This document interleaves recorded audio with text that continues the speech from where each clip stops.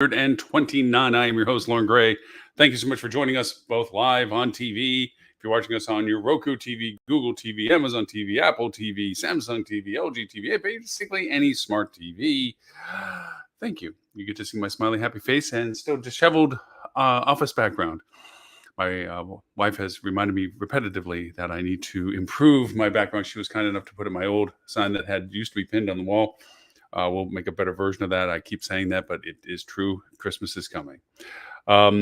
With that, thank you also for everyone that's watching us on Facebook Live. We're on multiple pages in Facebook, a lot of association pages, business pages.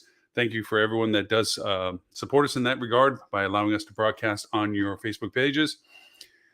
Also on YouTube channels. There are YouTube channels and other YouTube channels of other companies and other associations and other organizations.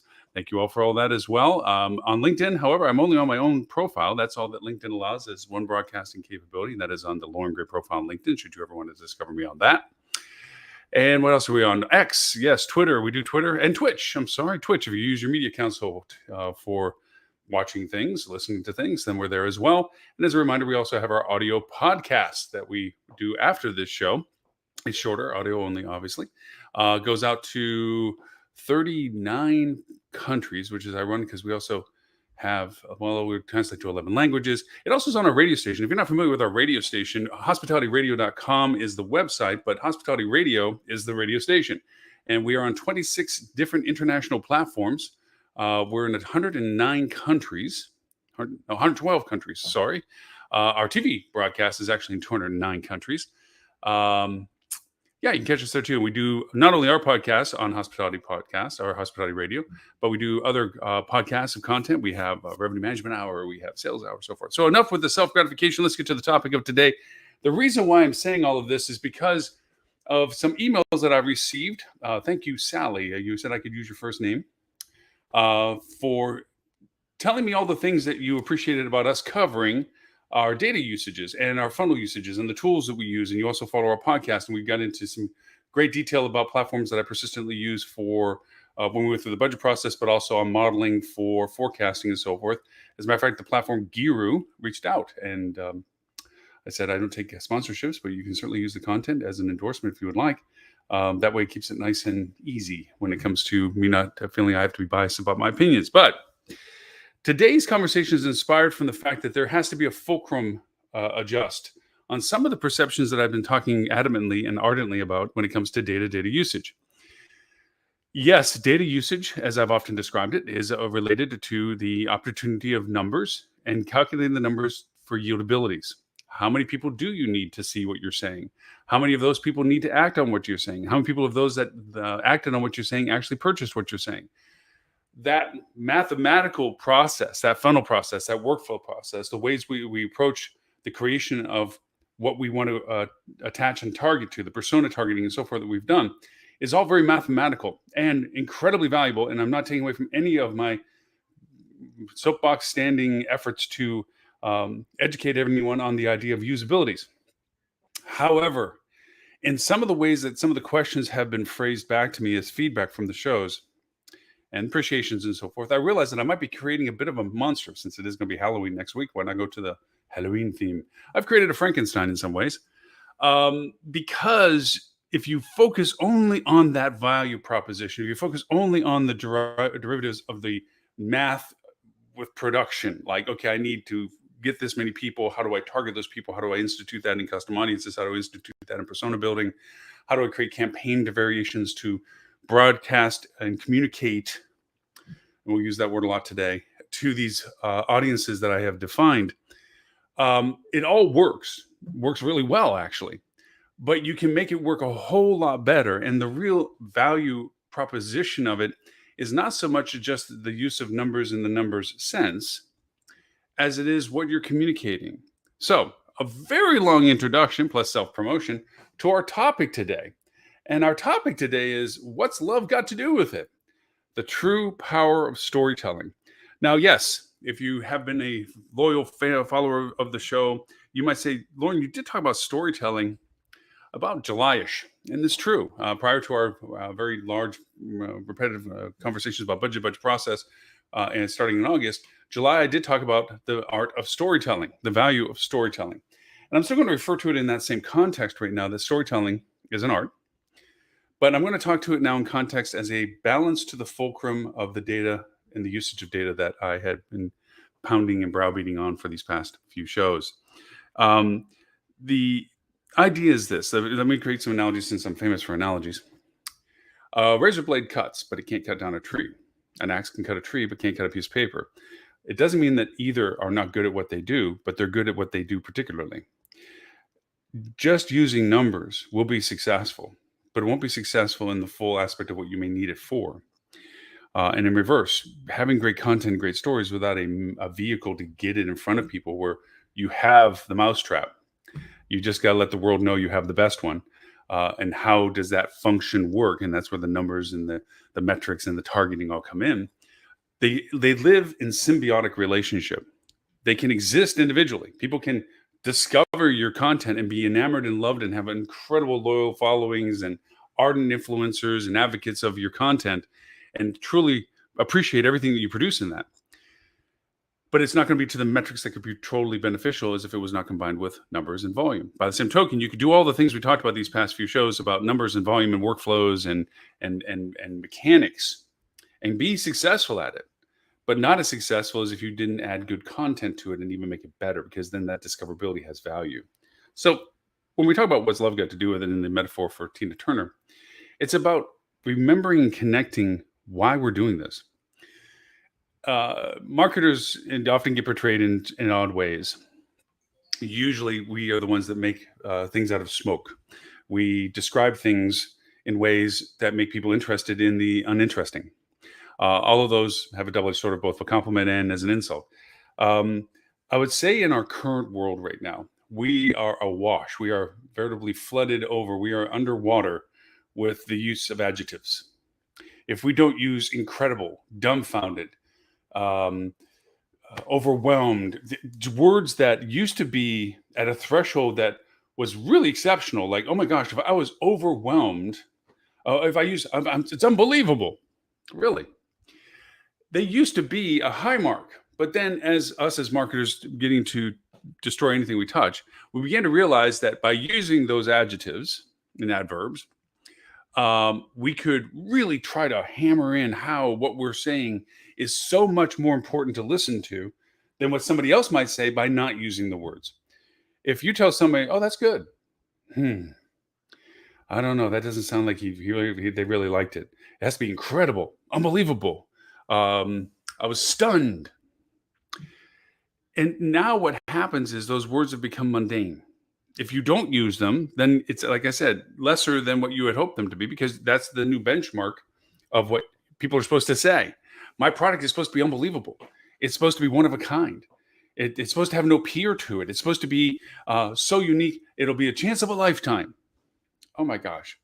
I cringe. It's funny. We watch TV at home, and I'm terrible at spelling. My wife is wonderful at spelling. So she notices the misspells that newscasters put up. It's like, gosh, bless them. They're rushing their little butts off to put the little 1/3 lines on the bottom, and somebody misspells something. My wife is going to catch it. She is the ultimate proofreader. And I know there's a lot of people out there that probably were shaking their heads going, yep, me too. Can't stand it. Matter of fact, there's whole websites dedicated to the discovery of signs and things like this that are misspelled, or poor grammar and so forth. And we joke about those people as well. Well, for me, it's about marketing. I watch commercials to understand what they're trying to say, how they say it, and how they produce it. Is there something I can garner and learn from it? How they transition between images, how they refer to certain things, their pace and tempo of their messaging, whatever it is. That's my geekiness about marketing. And what I have found is we are trying to artificially create an emotion for things by the overusages of adjectives and adverbs, hoping that by using them, we are injecting them with the passion, the sense of urgency, the value of what we hope would drive a person to conversion. We really don't believe what we're saying. We know we have to say it in order to keep pace with everybody else that's saying it. So we're in this vicious circle of keeping up with the Joneses marketing-wise, but also losing our authenticity in the way that we communicate. And you've heard me say this over and over. Marketing is a communication. There's a proposition as to the value of it. We want to communicate in such a way as to effectively invoke change for whoever's listening or is exposed to what we're presenting. It has purpose. But so too is any communication. If you take the time to want to communicate with somebody, it's because you're trying to convey something that is with you to them. Where it breaks down is that we always talk about the adages that there's actually three stories that are being told: the one from your perspective, the one from the receiving perspective, and the actual story. Because how you're saying it is in the teller of the story is in the tale of the teller. Um, Whoever, the same thing. Victor comes us the spoils of being able to tell the story. Our history is peppered with the perspective of basically whoever won told the story of how they won.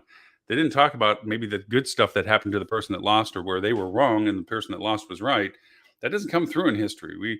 We've become to, as we get better at discovering history, we've come very true to realize that there is more to our history than just what we were educated through from the victor. It's into with our marketing. Successful marketing is now the new benchmark for whoever else wants to replicate it. We're a series of cloners, in the sense that if we see somebody do something well, then we want to replicate it because it did well, so we want to do the same thing.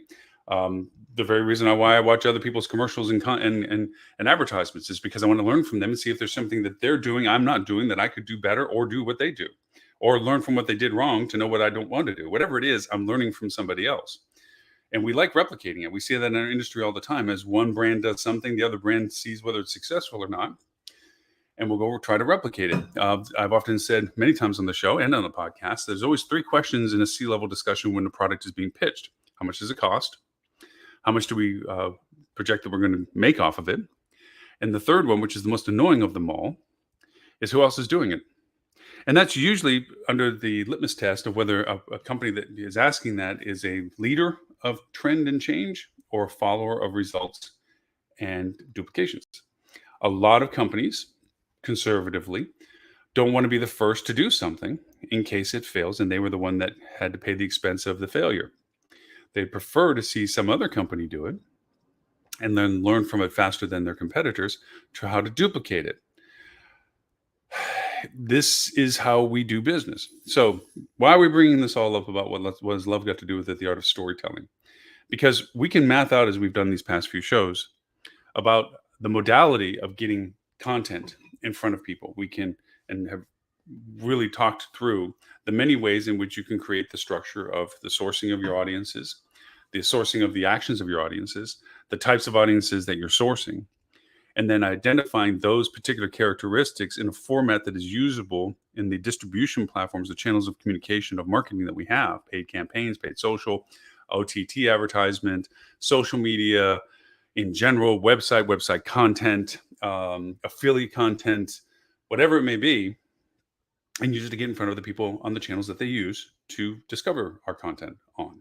People that find things on Facebook, and the way that they find them are different than the people that find them on SERP pages, search engine result pages, and website results, as well as what Google does with their Google Zero by putting their answer boxes ahead of everybody else to try to usurp everything else by making Google the most valuable commodity of answering the questions that people are posing. That's why generative AI has had such an interest, because you begin to more humanly ask questions under the hopes that you will more humanly be told an answer. So putting the emotions to what we're doing for marketing by means of what we say is very critical. I would love to tell you that, sorry, coffee's very good, that I wish you would tone down your adjectives and adverb use, but it's going to make it look in contrast. Unless you want to be that different, where people begin to realize, thank goodness this person isn't talking about over the top, unbelievable, incredible, I was stunned, but rather good, and it's valuable and helpful, and words that have a lesser inclimeter of intent compared to the over-the-top adjectives that get used so often. But oftentimes you might find that difficult and challenging, because people then feel like, maybe, what are you not saying? Because you're not saying it like everybody else says it. So is it as good as you say it is, or is it unbelievable like it should be? So you run that risk. And this is out to your type of voice. And if you haven't talked to people about your type of voice that you use in marketing, you should. And if you're the one responsible for marketing, you should know what your voice is. Now, there's the technical components: the first person possessive, third person impartial, authoritative, conversational, familiar, informational, corporate. There's tonalities, there's temperament, and there's perspective. all of those things are great to understand the usages of it, but you really have to understand the simplest aspect of it. Who do I who do I envision is representing our company as an entity? If I was to create an avatar of a representation of our company, how would they say what they say? Would it be from a familiar perspective, from an authoritative perspective, from an educational perspective, an inspired perspective, a humorous perspective, an intimate perspective? These are all ways of defining voice, but you need to define yours. You need to know that if you're creating advertisement that is informational, then the voice has to be related as an informational source, that you are coming from a position of knowledge to a position of information. If you are coming from a friendly perspective, personalized voice, intimate voice, then it's one of, hey, blah, blah, blah, blah. You're a little bit softer in your word usage, a little sloppier in grammatical punctualities. You're a little bit more conversational. These are ways that humanize the message. And it changes the scope. I say this from an interesting perspective that got this whole idea going from what Sally had asked about, was the creation of AI voices. They're very helpful. Right now, I am trying to build what's called a chorus station ID jingle for our radio station, which is a group of people, back when the radio used to be much more prominent in our lives than it is now, where you had that top of the hour ID, you're listening to da da da da da da, and you had this, radio kind of thing where you had like a lot of voices singing it. Well, that's very expensive to go pay and hire to do. When, especially now in the world of technology, you can actually create it. It's time consuming, but you can create it. And so playing with the AI voices, you type, there's lots of platforms out there, by the way. And we'll talk about a few of them actually on the podcast today, just out of familiarization of how you can change tone of voice. Anyways, you can type what you want it to say, and you can say, I want male or female gender. I want it of this ethnicity. So it has the tonality of that ethnicity, whether it be Spanish, French, whatever. There's always that lilting sound of someone that is, but that has that type of accent associated with that language. And then when you type it, and they'll read it for you, and it sounds very flat and robotic initially, and that's what we were used to hearing because people are so quick to try to make this stuff, they don't realize all the things that they need to do to make it sound better. So you have to go in and you have, first off, you have the change in pitch, you have the change in pace, you have the way that you type the words. If you type them phonically compared to literally, the words get said differently. You have pause and meter as to the metering of the staccato of the pace of the enunciations of the words. We always talk about Southern drawl, where words are drawn longer compared to perhaps the Northeast in the New York environment, where it's a little bit of a high end lilt to it. All I'm saying is there's a lot of nuance to voice physically. So you can imagine the nuance of voice message wise when you don't get to add all of that audible aspect to it. Now, radio ads, by the way, are great. The ability to target on digital radio now is profoundly fantastic, both demographically and geographically. And you have a greater opportunity of resources. You find that a lot of people are oversaturated with social media and or can't engage with social media, so they tend to lean into audio ads, or excuse me, audio listening, Spotify's, iHeartRadios, and so forth. Whether they even listen to the local radio station, it's still digitized. It's easier to get out your phone is a better digital radio than it is a real radio, with a FM antenna or AM antenna and looking for reception. So for that's the new way to get in front of people in lots and lots of ways. I've been very successful with that in many ways. So anyways, digressing off on a tangent, the idea of voice and personalization and the nuance of it, like I said, came from using these AI voices that I'm trying to create for this radio jingle, where I'm adding all these different variant voices saying the same thing and then creating it together into what's called a bus line, the track for all the voices to be together.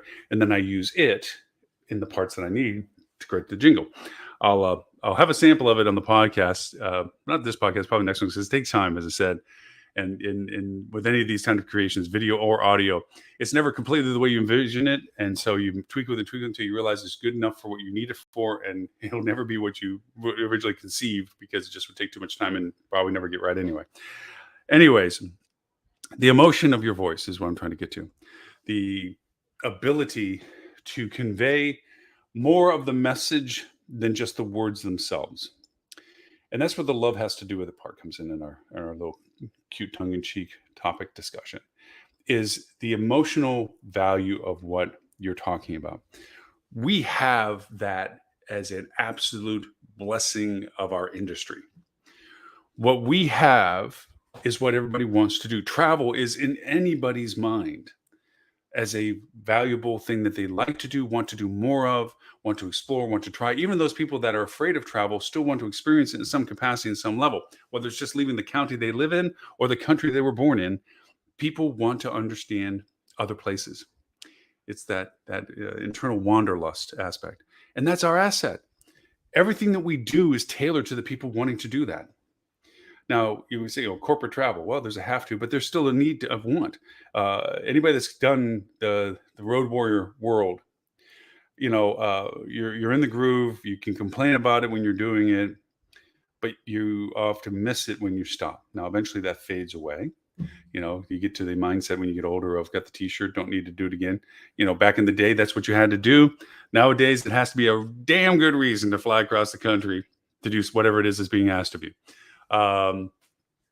So everybody travel wise, we have that as an asset. We have that as an emotional connection.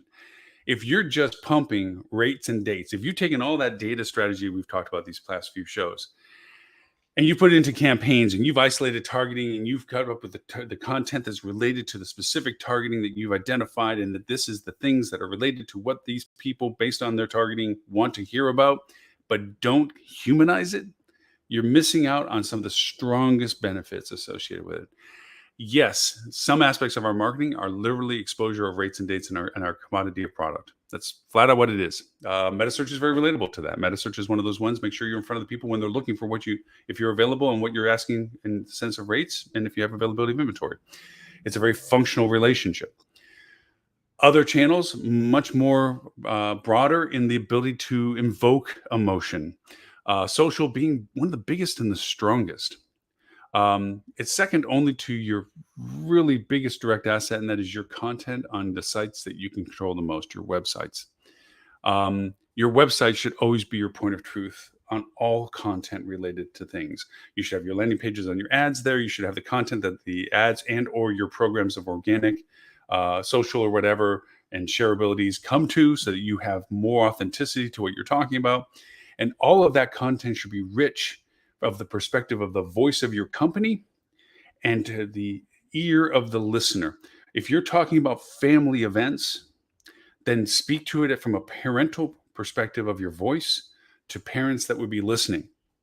And the more specific you can get about it based on the age categories of their children and or their special need requirements, which are things that often get ignored in so many different perspectives of marketing and communication. I think Myrtle Beach has done a great job with theirs on the autism scale program.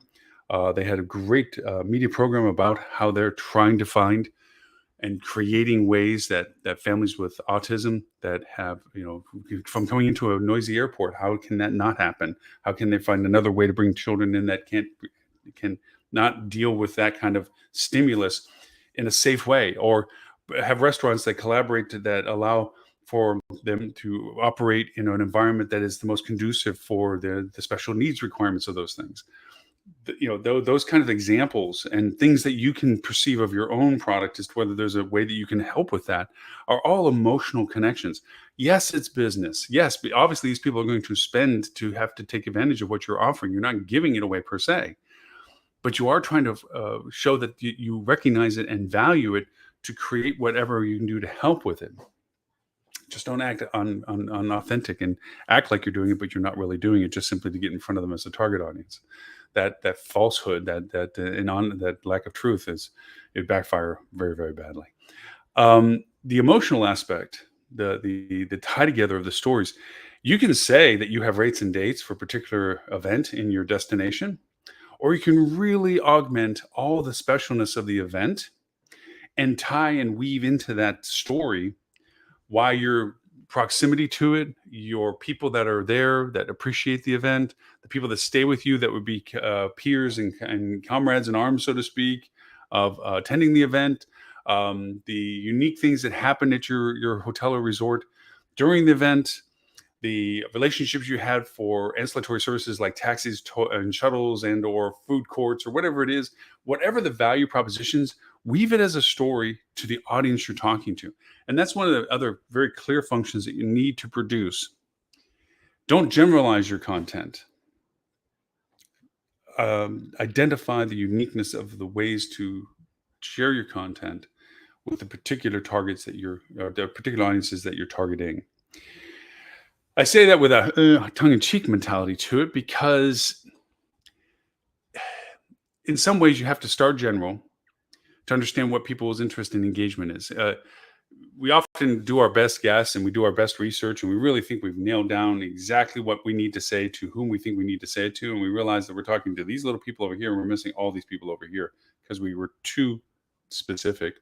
We were right, but we weren't to scale.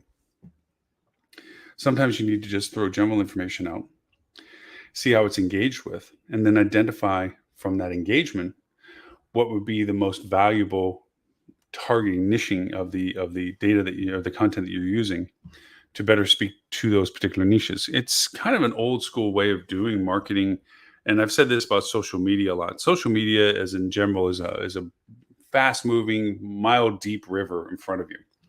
You need to take a teaspoon of water out of it, a cup out of a bucket out of it, or redivert it into a whole new river for yourself. But if you were to go into a stadium, 100,000 people, and they're all talking, it's the sound you recognize on TV and so forth, that sound. You can't hear any one conversation, even a cluster of conversations. There could be a whole group of people trying to chant something. You really can't hear it.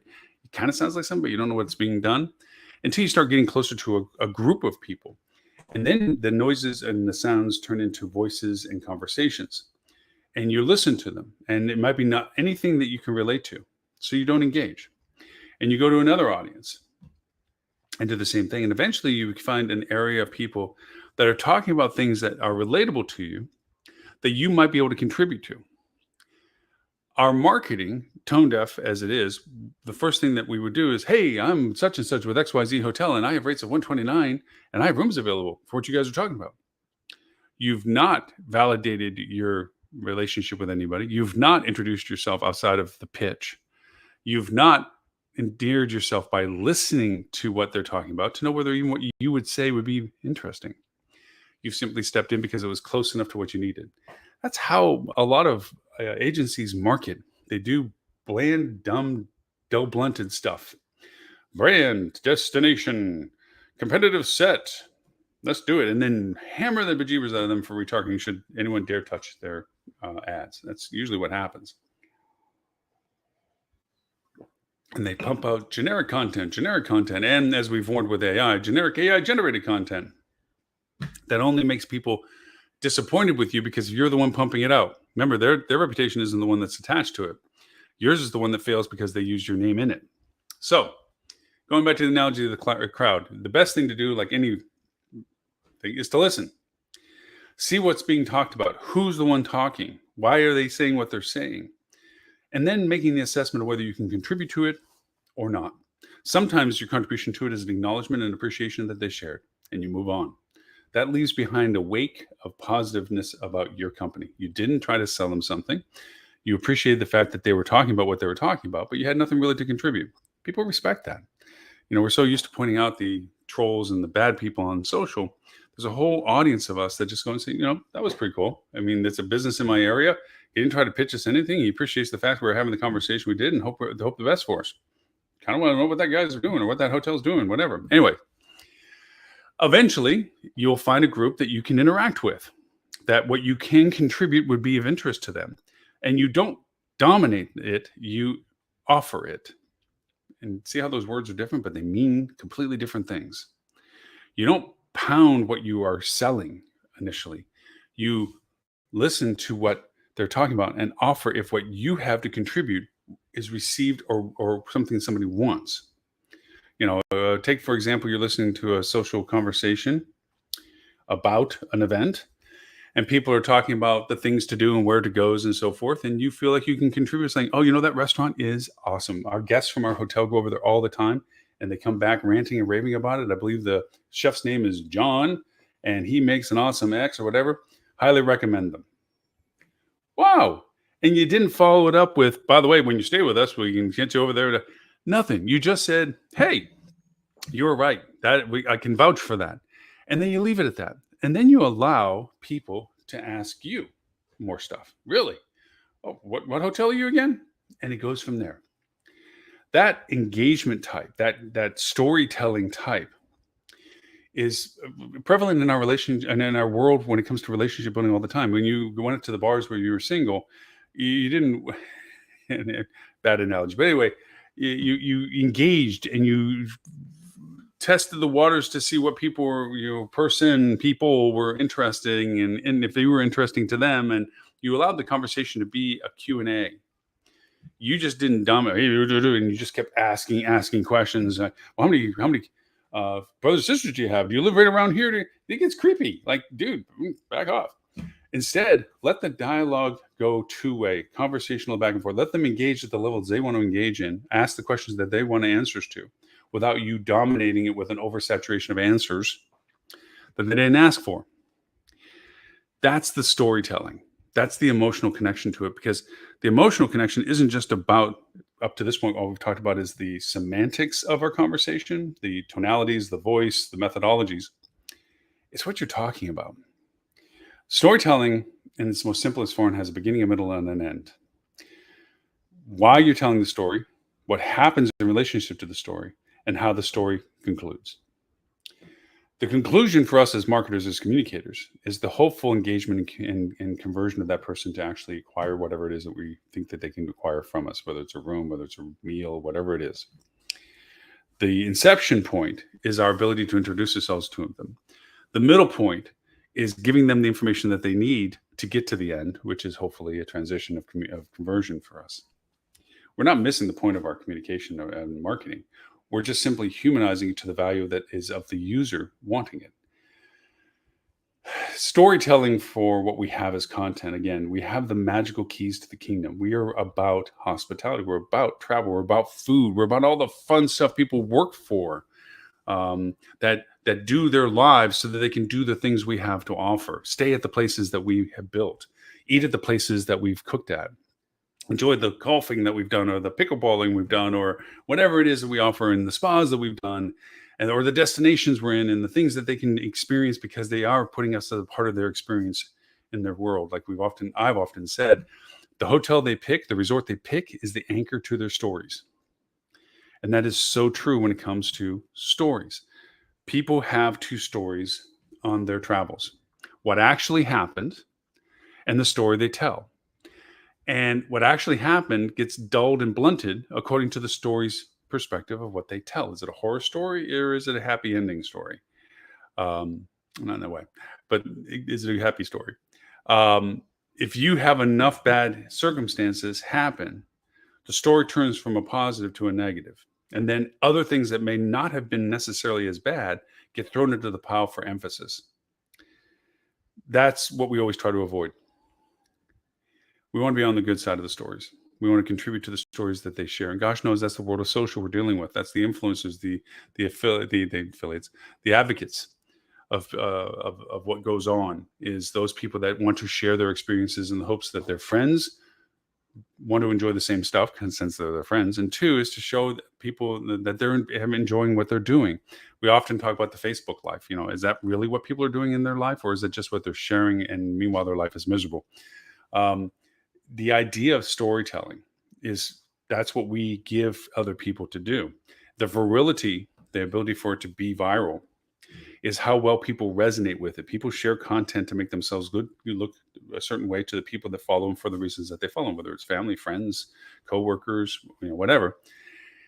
And so they share them with them to keep this avatar of their persona up with them. And those people may be thinking that it would reflect well on them if they were to share with their people that follow them. And that creates that viral sharing. Like, hey, this was, they want to be the one that got to share to their people before somebody else shared it to that person, kind of thing.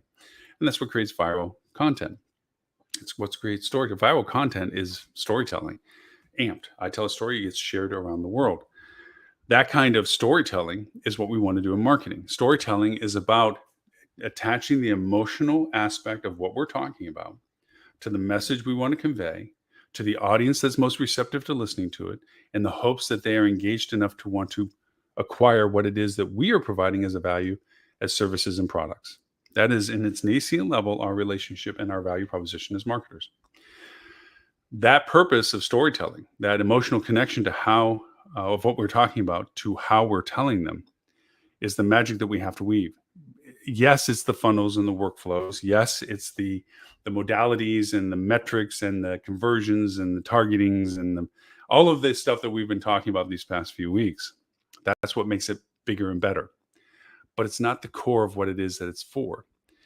What we do is stories. The content we do is stories, and how we tell them, and in the voice that we tell them, on the channels that we put them on, to the audiences that listen and engage with them and respond, and then from that response enact in action with us, is the process that we have to look at its entirety. That is our storytelling. That is what's love got to do with it. Okay. The true power of storytelling. When you take all of those metrics that we've talked about these past few shows and apply the realism of emotion and the story and the value of the content that we're putting together, that's when the magic of the success of the marketing and the funnels and the numbers all amplify to a level far beyond what they would have provided by themselves. And by putting the two together, far exceed what good content and storytelling would have done in a bubble that nobody knew existed. Putting that together is what creates the magic content value of all of that effort together. So I don't want to beat the whole subject down. I certainly don't want to just draw it out to say that we do our hour show. I wanted to make sure that we hit the point of why storytelling is so critical, what the emotion value of the storytelling is, and hopefully I was able to convey that. Didn't go off on too many tangents. If you want to watch any repeats of our shows, I guess a couple of places I haven't mentioned, other than, we talked about the radio station, we talked about a podcast, we talked about our live TV station, hospitality marketing hospitality channel, I should say, which you can find on all of your smart TV platforms. The live show is always on the free side of that. There is paid content behind it. It's kind of like Netflix. You pay $5 a month, and there's content behind about it, just for the industry. We're not here to, be consumer side. This is about the industry. You want to learn about hotels. You want to learn about restaurants. You want to learn about tools and processes and softwares and services and hardware and all that stuff. We have all that kind of content behind the paywall for the TV station.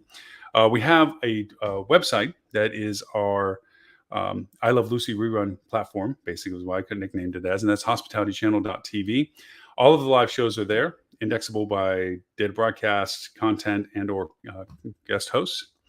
Also, all of our podcasts, even though they're audio, we make little videos for them that just basically are gaps for you to be listening to. They play in constant sequences. All the new shows get added into it and indexed as the process goes on. If you want to see our TV channel from a website, you can go to talktravel.tv.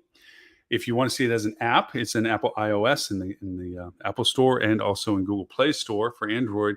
Just look for the Hospitality Channel app, and that will bring you to our TV station app where the content is at. If you are a hospitality marketing professional and would like a peer group in which you can engage with, we're not there to teach from zero any marketing. You have to already be doing the industry. As a matter of fact, if you go to hospitalitymarketing.club, put your email in, I send you a quiz.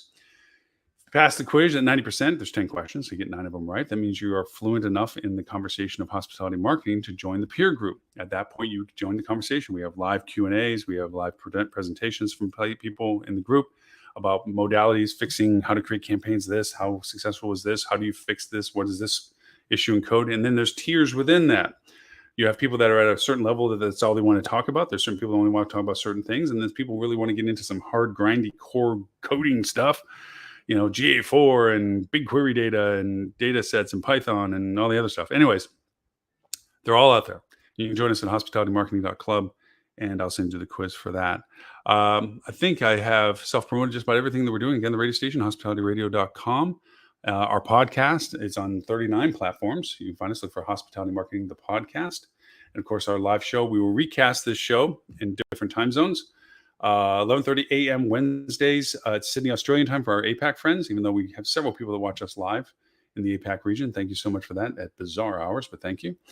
We do also a recast at 11:30 a.m. London, UK time for our EU and Mideast friends. for them to catch the show at a more reasonable time during their time zones. And I thank you for all the feedback, Sally included. Thank you. She actually reached out to me on a platform that we use for audio feedback, which is hdm.news/talkback. Every week we put a audio question out that you can audio reply to, and then you tell us the permission that we can use your response at, whether it's not refer to you by name, or actually play your question or your answer to us. And there's always an opportunity for you to audibly give us feedback on all of our platforms, all the podcast platforms, the live show platforms. Every place has a feedback. You can actually reach me directly at Lauren@hospitalitydigitalmarketing.com. I answer each and every email related to both the podcast, the live shows, the radio stations, all of that stuff. And I get some great feedback on the content, what content you'd like to see and hear. And of course, if you're part of our Hospitality Marketers Club, I get feedback from there all the time as well as to what we should present in this format. So any comments or suggestions are well and welcome. And of course, you catch us on any of these platforms, please rate us if you like us, especially, and leave comment. That helps others discover our content as well. So with all that self-promotion, my name is Lauren Gray. I thank you for the privilege of your time. An early happy Halloween to everybody. And I look forward to talking to you all next week.